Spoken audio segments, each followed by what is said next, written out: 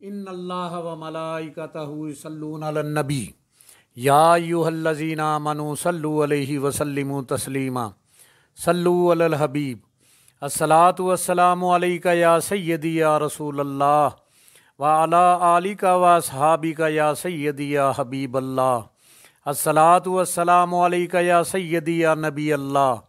وعلی آلک و اصحابک یا سیدی یا نور اللہ سبحان ربک رب العزت عما یصفون وسلام علی المرسلین والحمد للہ رب العالمین والصلاۃ والسلام علی سید المرسلین اما بعد فاعوذ باللہ من الشیطان الرجیم بسم اللہ الرحمن الرحیم۔ وطن سے محبت، انسان کیا حیوان بھی جس سرزمین میں پیدا ہوتا ہے اسے محبت و انس اس کی فطرت میں ہوتی ہے۔ چرند پرند درند حتیٰ کہ چونٹی جیسی چھوٹی بڑی کسی چیز کو لے لیجئے، ہر ایک کے دل میں اپنے مسکن اور وطن سے بے پناہ انس اور پیار ہوتا ہے۔ ہر جاندار صبح سویرے اٹھ کر روزی پانی کی تلاش میں زمین میں گھوم پھر کر شام ڈھلتے ہی اپنے ٹھکانے پر واپس آ جاتا ہے۔ ان بے کل حیوانات کو کس نے بتایا کہ ان کا ایک گھر ہے، ماں باپ اور اولاد ہے، کوئی خاندان ہے؟ اپنے گھر کے در و دیوار، زمین اور ماحول سے صرف حضرت انسان کو ہی نہیں بلکہ حیوانات کو بھی بے پناہ الفت و محبت ہو جاتی ہے۔ قرآن کریم اور سنت مقدسہ مناس حقیقت کو شرح و بسط سے بیان کیا گیا ہے۔ ذیل میں ہم اس حوالے سے چند نظائر پیش کرتے ہیں تاکہ نفس مسئلہ بخوبی واضح ہو سکے۔ محبت وطن قرآن کی روشنی میں حضرت موسیٰ علیہ السلام اپنی قوم بنی اسرائیل کو اپنی مقبوضہ سرزمین میں داخل ہونے اور قابض ظالموں سے اپنا وطن آزاد کروانے کا حکم دیتے ہوئے ارشاد فرماتے ہیں، اے میری قوم، ملک شام یا بیت المقدس کی اس مقدس سرزمین میں داخل ہو جاؤ جو اللہ نے تمہارے لیے لکھ دی ہے، اور اپنی پشت پر پیچھے نہ پلٹنا ورنہ تم نقصان اٹھانے والے بن کر پلٹو گے۔ حضرت ابراہیم علیہ السلام کا شہر مکہ کو امن کا گہوارہ بنانے کی دعا کرنا در حقیقت اس حرمت والے شہر سے محبت کی علامت ہے۔ قرآن پاک میں اللہ رب العزت کا ارشاد ہے، اور یاد کیجئے جب ابراہیم علیہ السلام نے عرض کیا، اے میرے رب، اس شہر مکہ کو جائے امن بنا دے اور مجھے اور میرے بچوں کو اس بات سے بچا لے کہ ہم بتوں کی پرستش کریں۔ اپنی اولاد کو مکہ مکرمہ میں چھوڑنے کا مقصد بھی اپنے محبوب شہر کی آباد کاری تھا۔ انہوں نے بارگاہ الہ میں عرض کیا، اے ہمارے رب، بے شک میں نے اپنی اولاد اسماعیل علیہ السلام کو مکہ کی بے آب و گیا وادی میں تیرے حرمت والے شہر کے پاس بسا دیا ہے، اے ہمارے رب، تاکہ وہ نماز قائم رکھیں۔ پس تو لوگوں کے دلوں کو ایسا کر دے کہ وہ شوق محبت کے ساتھ ان کی طرف مائل رہیں، اور انہیں ہر طرح کے پھلوں کا رزق عطا فرما تاکہ وہ شکر بجا لاتے رہیں۔ سورہ توبہ کی درجہ ذیل آیت میں مسکن سے مراد مکانات بھی ہیں اور وطن بھی ہے۔ اے نبی مکرم، آپ فرما دیں، اگر تمہارے باپ دادا اور تمہارے بیٹے بیٹیاں اور تمہارے بھائی بہنیں اور تمہاری بیویاں اور تمہارے دیگر رشتہ دار اور تمہارے اموال جو تم نے محنت سے کمائے اور تجارت و کاروبار جس کے نقصان سے تم ڈرتے رہتے ہو، وہ مکانات جنہیں تم پسند کرتے ہو تمہارے نزدیک اللہ اور اس کے رسول صلی اللہ علیہ وآلہ وسلم اور اس کی راہ میں جہاد سے زیادہ محبوب ہیں، تو پھر انتظار کرو یہاں تک کہ اللہ پاک اپنا حکم عذاب لے آئے،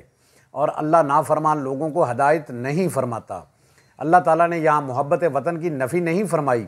صرف وطن کی محبت کو اللہ اور رسول صلی اللہ علیہ وآلہ وسلم اور جہاد پر ترجیح دینے سے منع فرمایا ہے۔ لہٰذا اس آیت سے بھی وطن سے محبت کا شرعی جواز ملتا ہے۔ اس طرح درجہ ذیل آیت مبارکہ میں وطن سے ناحق نکالے جانے والوں کو دفاعی جنگ لڑنے کی اجازت مرحمت فرمائی گئی ہے۔ ان لوگوں کو فتنہ و فساد اور استحصال کے خلاف دفاعی جنگ کی اجازت دے دی گئی ہے جن سے ناحق جنگ کی جا رہی ہے، اس وجہ سے کہ ان پر ظلم کیا گیا، اور بے شک اللہ ان مظلوموں کی مدد پر بڑا قادر ہے۔ اور یہ وہ لوگ ہیں جو اپنے گھروں سے ناحق نکالے گئے صرف اس بنا پر کہ وہ کہتے تھے کہ ہمارا رب العزت اللہ ہے، یعنی انہوں نے باطل کی فرما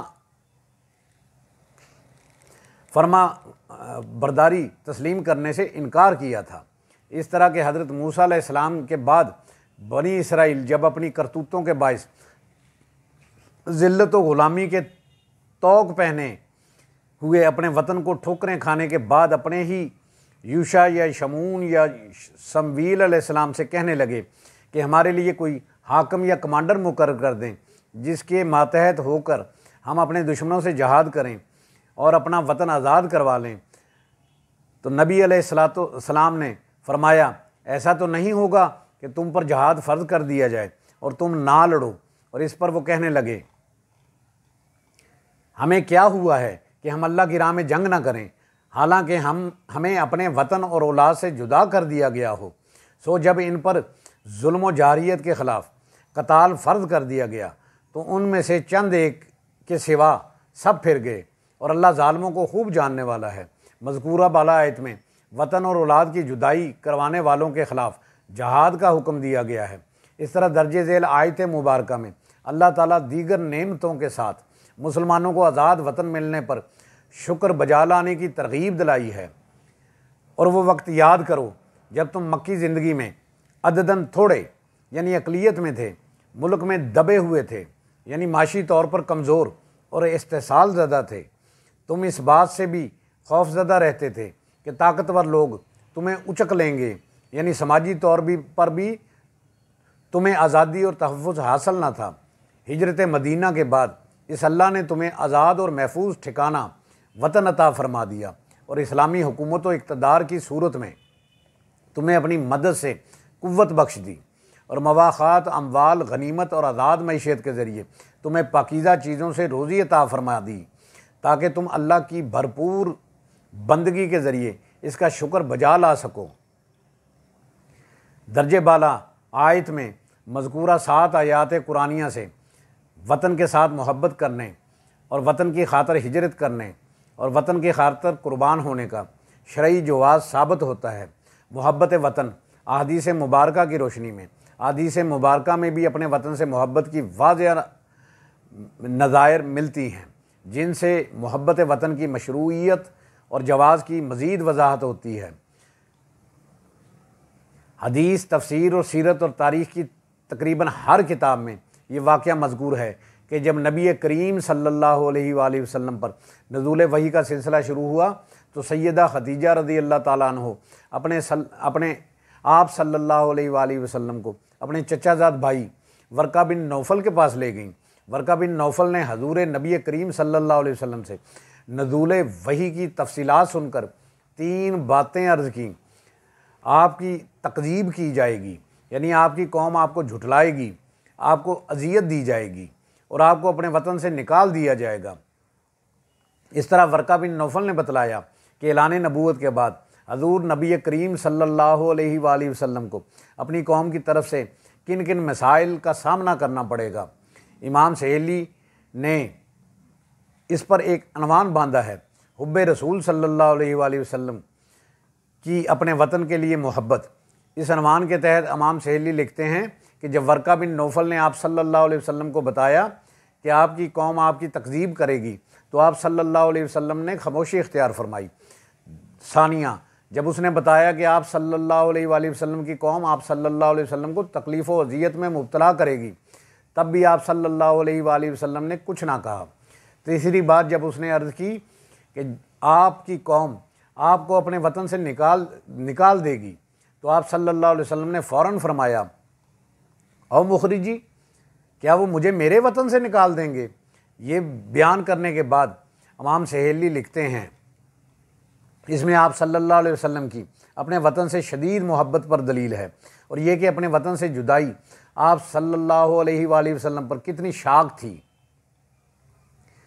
اور وطن بھی وہ متبرک مقام کہ اللہ تعالیٰ کا حرم اور اس کا گھر پڑوس ہے، جو آپ صلی اللہ علیہ وسلم کے محترم والد حضرت اسماعیل علیہ السلام کا شہر ہے۔ آپ صلی اللہ علیہ وآلہ وسلم نے پہلی دونوں باتوں پر کوئی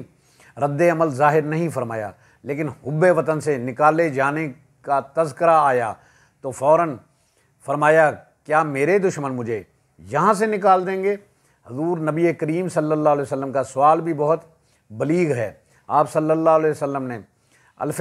استفہامیہ کے بعد واو کو ذکر فرمایا اور پھر نکالے جانے کو مختص فرمایا۔ اس کی وجہ یہ ہے کہ یہ واو سابقہ کلام کو رد کرنے کے لیے آتی ہے اور مخاطب کو یہ شعور دلاتی ہے کہ استقحام انکار کی جہد سے آیا ہے، اور اس وجہ سے یہ ہے کہ اسے دکھ اور تکلیف کا سامنا کرنا پڑا ہے۔ گویا اپنے وطن سے نکالے جانے کی خبر نبی کریم صلی اللہ علیہ وآلہ وسلم پر بھی سب سے زیادہ شاق گزری تھی۔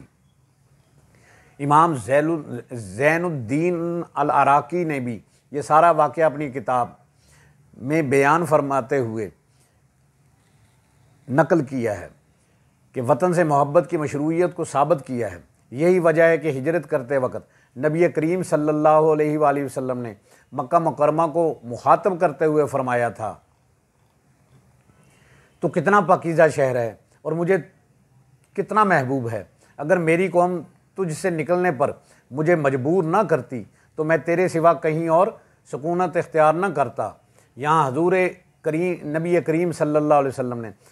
صراحتاً اپنے آبائی وطن مکہ مکرمہ سے محبت کا ذکر فرمایا ہے۔ اسی طرح سفر سے واپسی پر نبی پاک صلی اللہ علیہ وسلم نے اپنے وطن میں داخل ہونے کے لیے سواری کو تیز کرنا بھی وطن سے محبت کی ایک عمدہ مثال ہے۔ گویا حضور نبی کریم صلی اللہ علیہ وسلم وطن کی محبت میں اتنے سرشار ہوتے کہ اس میں داخل ہونے کے لیے جلدی فرماتے، جیسا کہ حضرت انس رضی اللہ تعالیٰ عنہ بیان فرماتے ہیں، حضور نبی کریم صلی اللہ علیہ وسلم جب سفر سے واپس تشریف لاتے ہوئے مدینہ منورہ کی دیواروں کو دیکھتے تو اپنی اونٹنی کی رفتار تیز کر دیتے، اور اگر دوسرے جانور پر سوار ہوتے تو مدینہ منورہ کی محبت میں اسے اڑی مار کر تیز بھگاتے تھے۔ اس حدیث مبارک میں صراحتاً مذکور ہے کہ اپنے وطن مدینہ منورہ کی محبت میں نبی کریم صلی اللہ علیہ وآلہ وسلم اپنی سواری کی رفتار تیز کر دیتے تھے۔ حافظ ابن حجر عسقلانی نے اس کی شرح کرتے ہوئے لکھا ہے، یہ حدیث مبارکہ مدینہ منورہ کی فضیلت، وطن سے محبت کی مشروعیت و جواز اور اس کے لیے مشتاق ہونے پر دلالت کرتی ہے۔ ایک اور روایت میں ہے کہ حضرت انس بن مالک رضی اللہ تعالیٰ عنہ فرماتے ہیں، میں رسول اکرم صلی اللہ علیہ وسلم کے ہمراہ خیبر کی طرف نکلا تاکہ آپ صلی اللہ علیہ وسلم کی خدمت کرتا رہوں۔ جب حضور نبی کریم صلی اللہ علیہ وآلہ وسلم خیبر سے واپس لوٹے اور آپ صلی اللہ علیہ وآلہ وسلم کو احد پہاڑ نظر آیا تو آپ صلی اللہ علیہ وآلہ وسلم نے فرمایا، یہ پہاڑ ہم سے محبت کرتا ہے اور ہم بھی اس سے محبت رکھتے ہیں۔ اس کے بعد اپنے دست مبارک سے مدینہ منورہ کی طرف اشارہ کر کے فرمایا، اے اللہ، میں اس کی دونوں پہاڑوں کے درمیان والی جگہ کو حرم بناتا ہوں، جیسے ابراہیم علیہ السلام نے مکہ مکرمہ کو حرم بنایا تھا۔ اے اللہ، ہمیں ہمارے سا اور ہمارے مدہ میں برکت عطا فرما۔ یہ اور اس جیسی متعدد احادیث مبارکہ ہیں۔ حضور نبی کریم صلی اللہ علیہ وسلم نے اپنے وطن مدینہ مبارک کی خیر و برکت کے لیے دعا کرتے اور جو اپنے وطن سے محبت کی واضح دلیل ہے۔ حضرت ابو ہریرہ رضی اللہ تعالیٰ عنہ بیان کرتے ہیں کہ جب لوگ پہلا پہل دیکھتے تو حضور نبی کریم صلی اللہ علیہ وسلم کی خدمت میں لے کر حاضر ہوتے، پہلا پھل دیکھتے تو نبی پاک صلی اللہ علیہ وسلم کی خدمت میں حاضر ہوتے، اور حضور نبی اکرم صلی اللہ علیہ وسلم اسے قبول کرنے کی بعد دعا کرتے، اے اللہ، ہمارے پھلوں میں برکت عطا فرما، ہمارے وطن مدینہ میں برکت عطا فرما، ہمارے سا میں اور ہمارے مد میں برکت عطا فرما، اور مزید عرض کرتے، اے اللہ، ابراہیم علیہ السلام تیرے بندے، تیرے خلیل اور تیرے نبی تھے، اور میں بھی تیرا بندہ اور تیرا نبی ہوں۔ انہوں نے مکہ مکرمہ کے لیے دعا کی تھی اور میں ان کی دعاؤں کے برابر اور اس سے ایک مثل زائد مدینہ کے لیے دعا کرتا ہوں، یعنی مدینہ میں مکہ سے 2 گنا برکت نازل فرما۔ حضرت ابو ہریرہ رضی اللہ تعالیٰ عنہ بیان کرتے ہیں کہ اس کے بعد نبی پاک صلی اللہ علیہ وسلم کسی چھوٹے بچے کو بلا کر وہ پھل دے دیتے۔ وطن سے محبت کا ایک اور انداز یہ بھی ہے کہ حضور نبی اکرم صلی اللہ علیہ وسلم نے فرمایا کہ وطن کی مٹی بزرگوں کے لاب اور رب تعالیٰ کے حکم سے بیماروں کو شفا دیتی ہے۔ حضرت عائشہ صدیقہ رضی اللہ تعالیٰ عنہ روایت کرتی ہیں کہ حضور نبی کریم صلی اللہ علیہ وآلہ وسلم مریض سے فرمایا کرتے تھے، اللہ کے نام سے شروع ہماری زمین وطن کی مٹی ہم میں سے بعض کے لعاب سے ہمارے بیمار کو ہمارے رب کے حکم سے شفا دیتی ہے۔ سیدہ عائشہ صدیقہ رضی اللہ تعالیٰ عنہ روایت کرتی ہیں کہ ایک مرتبہ کوئی شخص مکہ مکرمہ سے آیا اور بارگاہ رسالت مآب صلی اللہ علیہ وآلہ وسلم میں حاضر ہوا۔ سیدہ عائشہ صدیقہ رضی اللہ تعالیٰ عنہا سے اس سے پوچھا کہ مکہ کے حالات کیسے ہیں۔ جواب میں اس شخص نے مکہ مکرمہ کے فضائل بیان کرنا شروع کیے تو رسول اکرم صلی اللہ علیہ وسلم کی چشمان مقدسہ آنسوؤں سے تر ہو گئیں۔ آپ صلی اللہ علیہ وسلم نے فرمایا، اے فلاں، ہمارا اشتیاق نہ بڑھا۔ جبکہ ایک روایت میں ہے کہ آپ صلی اللہ علیہ وسلم نے اسے فرمایا، دلوں کا استقرار پکڑنے دو، دلوں کو استقرار پکڑنے دو، یعنی انہیں دوبارہ مکہ کی یاد دلا کر مضطرب نہ کرو۔ وطن سے محبت کے حوالے سے ایک اشکال کا ازالہ بھی از حد ضروری ہے۔ اس زمن میں بالعموم ایک روایت کوٹ کی جاتی ہے جس کے الفاظ کچھ یوں ہیں: وطن کی محبت ایمان کا حصہ ہے۔ حالانکہ یہ حدیث نبوی نہیں ہے بلکہ من گھڑت روایت ہے۔ امام ساغانی نے درج کیا ہے کہ امام سخاوی نے المقاصد الحسنہ میں لکھا ہے۔ میں نے اس پر کوئی اطلاع نہیں پائی، اگرچہ مانن یہ کلام درست ہے کہ وطن سے محبت رکھنا جائز ہے۔ ملا علی قاری نے لکھا ہے کہ حفاظ حدیث کے ہاں اس قول کی کوئی اصل نہیں ہے۔ ملا علی قاری نے اپنی دوسری کتاب الاسرار المرفوعہ میں لکھا ہے کہ امام زرکشی کہتے ہیں کہ میں نے اس پر کوئی اطلاع نہیں پائی۔ سید معین الدین صفری کہتے ہیں یہ ثابت نہیں ہے۔ یہ بھی کہا گیا ہے کہ یہ سلف صالحین میں سے بعضوں کا قول ہے۔ اس لیے ملا علی قاری نے لکھا ہے،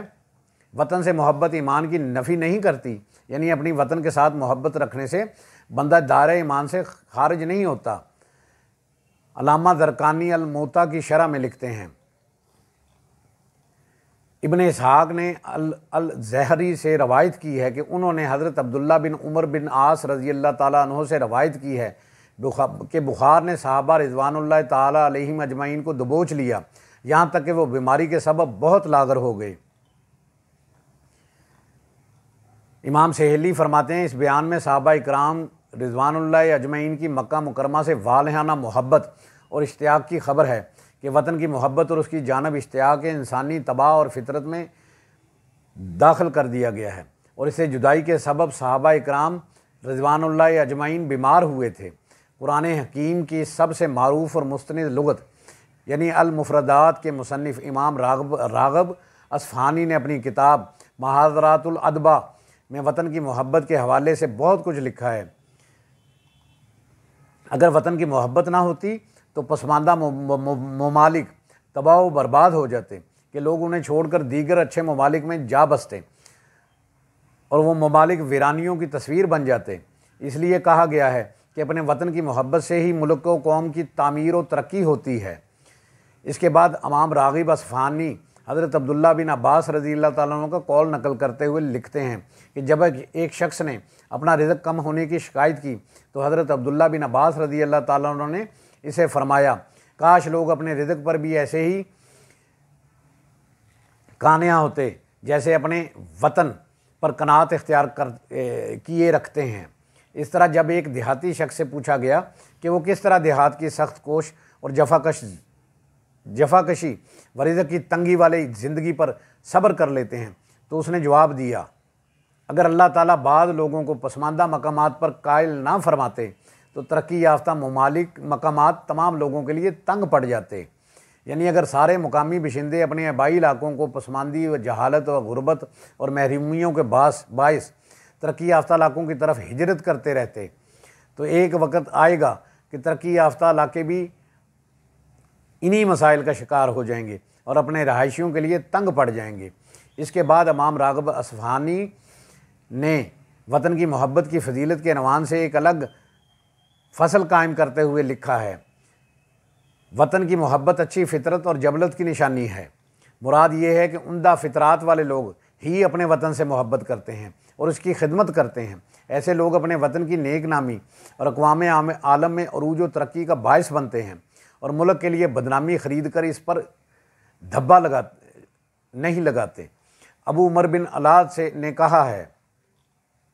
آدمی کے معزز ہونے میں اس کی جبلت کی پاکیزہ ہونے پر جو شے دلالت کرتی ہے وہ اس کا اپنے وطن کے لیے مشتاق ہونا اور اپنے درینہ تعلق داروں یعنی اقربا، رفقا، دوست، احباب اور پڑوسی وغیرہ سے محبت کرنا اور اپنے سابقہ زمانے کے گناہوں اور معصیات پر آہوزاری کرنا اور ان کی بابت اللہ کی بارگاہ میں مغفرت طلب کرنا ہے۔ اس لیے بعض فلاسفہ کا کہنا ہے فطرت انسانی کو وطن کی محبت سے گوندا گیا ہے، یعنی وطن کی محبت انسانی خمیر میں رکھ دی گئی ہے۔ ابن الخیر الشبیلی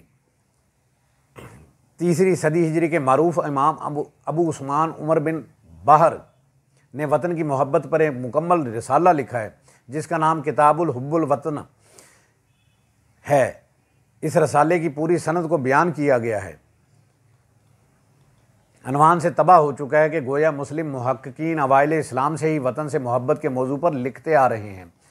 خلاصہ کلام یہ ہے کہ قرآن و حدیث و تاریخ اسلام کے درجے بالا سری دلائل سے معلوم ہوا کہ وطن سے محبت ایک مشروع اور جائز عمل ہے، کیونکہ یہ ایک فطرتی اور لازم امر ہے۔ اس آیت مبارکہ میں 6 طرح کی دنیاوی محبتوں کا بیان ہے۔ اولاد کے والدین سے محبت، والدین کی اولاد سے محبت، بیوی کی محبت، رشتہ داروں کی محبت، نوکر کاروبار اور تجارت کی محبت، گھروں اور وطن کی محبت۔ اگر یہ ساری محبتیں مل کر، یعنی ان محبتوں کا ٹوٹل ایگریگیٹ اور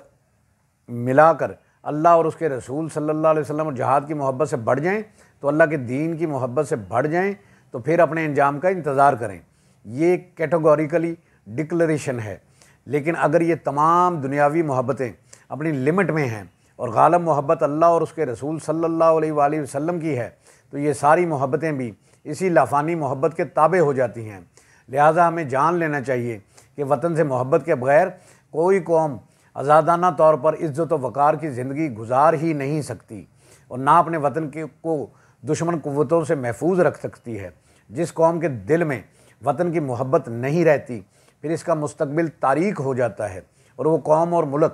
پارا پارا ہو جاتا ہے۔ وطن سے محبت ہرگز خلاف اسلام نہیں اور نہ ہی یہ ملت واحدہ کے تصور کے منافی ہے، کیونکہ ملت واحدہ کا تصور سرحدوں کا پابند نہیں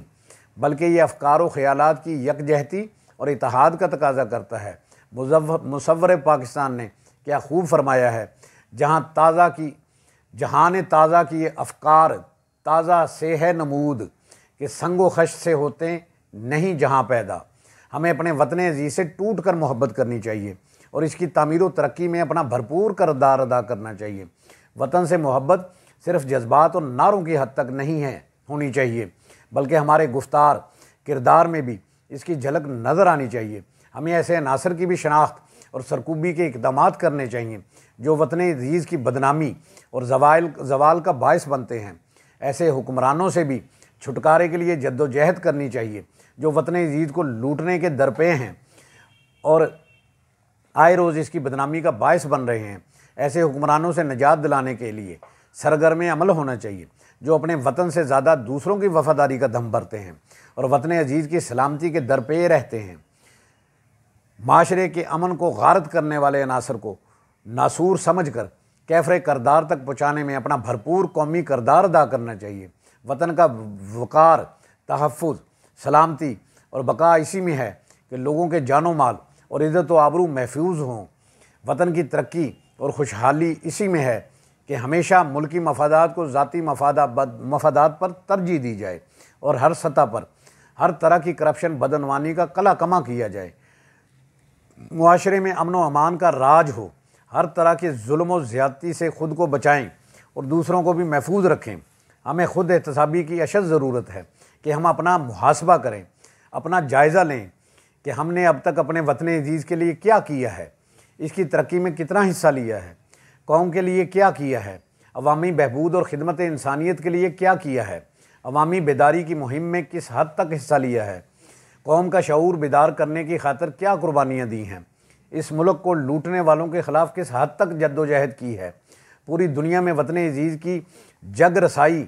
کرانے والے سیاستدانوں اور حکمرانوں کے خلاف عوام میں کس حد تک شعور پیدا کیا ہے، کہاں کہاں اپنے ذاتی مفادات کو قومی مفادات کی خاطر قربان کیا ہے۔ خدا کرے کہ میری ارض پاک پر اترے وہ فصل گل جسے اندیشہ زوال نہ ہو۔ اللہ پاک سے دعا ہے کہ اللہ ہمیں اپنے وطن کا وفادار بنائے اور ہمارے وطن کو جو ولیوں کی راجدھانی ہے اور اسلام اور امت مسلمہ کا ایک عظیم قلعہ بنائے۔ جو وطن کلمے کے نام پر حاصل کیا گیا ہے وہاں اسلام کا نظام نافذ ہو اور انصاف اور دین متین کا حقیقی معنوں میں نفاذ ہو، اور اللہ میرے وطن عزیز کو اس کے اور دین کے دشمنوں سے پاک کر دے۔ اللہم آمین۔ اللہ پاک سے دعا ہے جن سے وہ پیار کرتا ہے ہمیں ان کا ادب عطا کرے، اپنے نیک بندوں کی صحبت عطا فرمائے، ہمیں بادب بعمل عاشق رسول بنائے۔ اللہ کریم ہمیں راہ حق پر چلنے کی، حق بات کہنے کی، سننے کی اور اس پر عمل کرنے کی توفیق عطا فرمائے۔ ہم سب کی جان آقا کریم صلی اللہ علیہ وآلہ وسلم کا فرمان عالی شان ہے، جو شخص میری امت میں نیکی پھیلائے یا اچھی بات پہنچائے اللہ اس سے پیار کرتا ہے اور جنت اس کا مقدر ہے۔ گناہ گار ہیں، بدکار ہیں، سیاہ کار ہیں میرے مولا، جو بھی ہیں تیرے محبوب کی امت میں سے ہیں۔ یا الہی کر کرم کروا کرم، دونوں جہاں میں رکھ شرم۔ جس کسی نے بھی دعا کے واسطے یا رب کہا، کر دے پوری آرزو ہر بے کس و مجبور کی۔ جس کسی نے بھی دعا کے واسطے یا رب کہا، کر دے پوری آرزو ہر بے کس و مجبور کی۔ آمین بجاہ نبی الکریم الامین، وآخر دعواہم ان الحمد للہ رب العالمین۔